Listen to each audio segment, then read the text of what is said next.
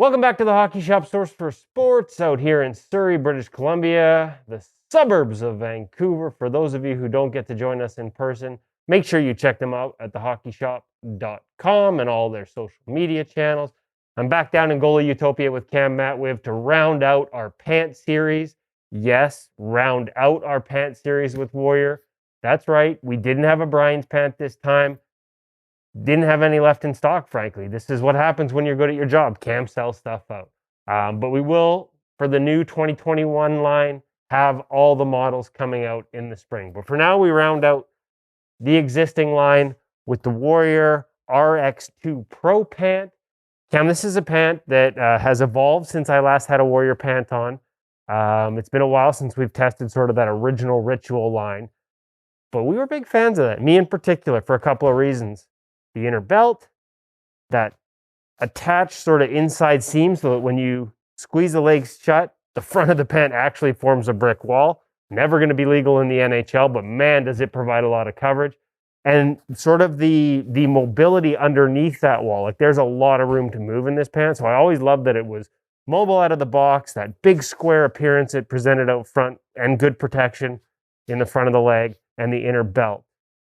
It's evolved. Walk me through some of the evolution, some of the features, what people like about this pant. I mean, you kind of nailed it right there. I mean, we should roll credits. That's it. Later. See you later. No, there is some differences between this and the older model, but you did highlight quite a few, like some of the best features of the pant. I would say like coverage and protection would probably be the key highlights of this pant in particular. Like you can see it as you're sitting, and also you can feel it, and it's quite a thick pant, especially in the thigh. You're not going to be worried about getting stingers through this pant. Yeah, it's got to be like an inch thick protection along that very solid molded foam piece. Very, very protective, and also very wide, like you called out earlier.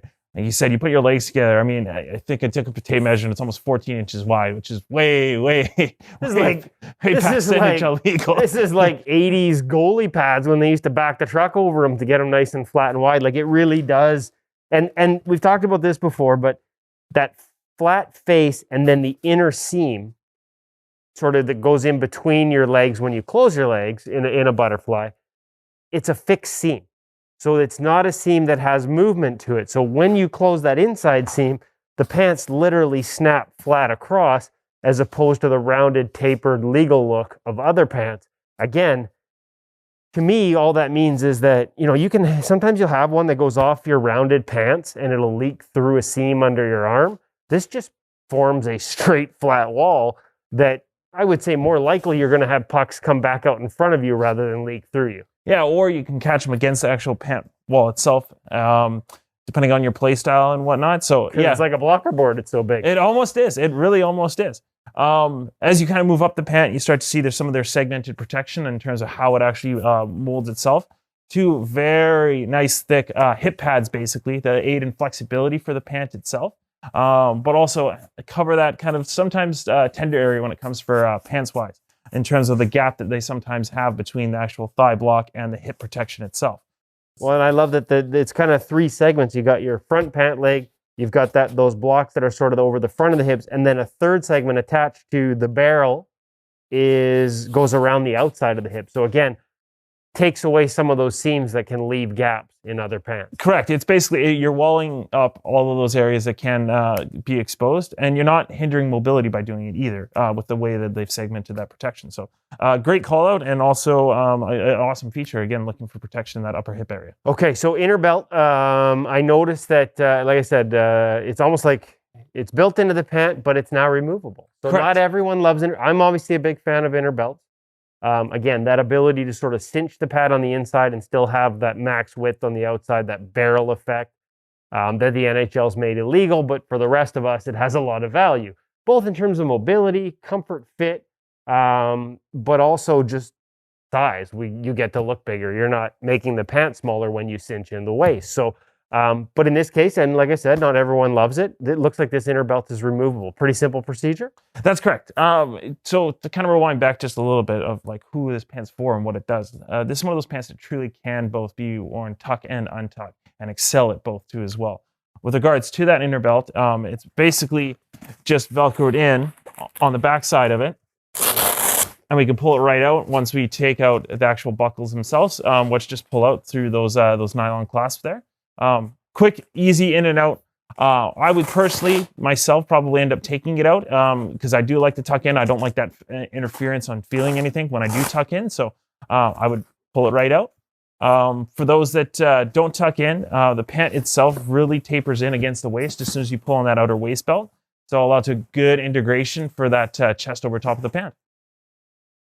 I've actually got it cinched up pretty good already, but you can see how quickly you can tighten that up, or if you want to loosen it up and just let it sit nice and big and wide, because as you know, if you're not cheating, you're not trying. But we can see, those of you who are watching on the simulcast video, you can just see how when you close those legs, that pant just forms a nice big wide. And of course, we're 2 months in now of doing the simulcast video. So make sure you check those out on Instagram, IGTV. Also at YouTube in the show notes with the podcast, we usually post a YouTube link or actually embed the YouTube into the actual page on the InGoalMag.com website. Links from the show notes on iTunes and other places, podcast providers. So make sure you check out the simulcast. It's kind of sad actually today. Once again, I'm the one doing the dress up. Cam isn't, which sucks because this pant feels so thick and protective in the front.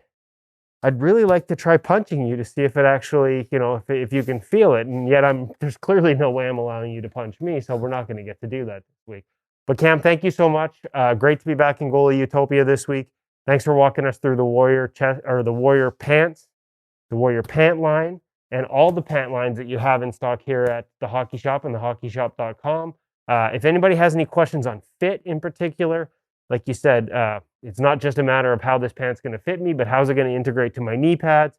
How's it going to integrate to my chest protector? How do all those elements work together? Where can they get you with those questions? And they can give us a call at 604-589-8299. And here's the 1-800 number. Somewhere here. One day we're going to make him actually memorize it. Okay, thanks, Cam. Great to be back at the Hockey Shop. Check them out at thehockeyshop.com. Thanks, Kevin.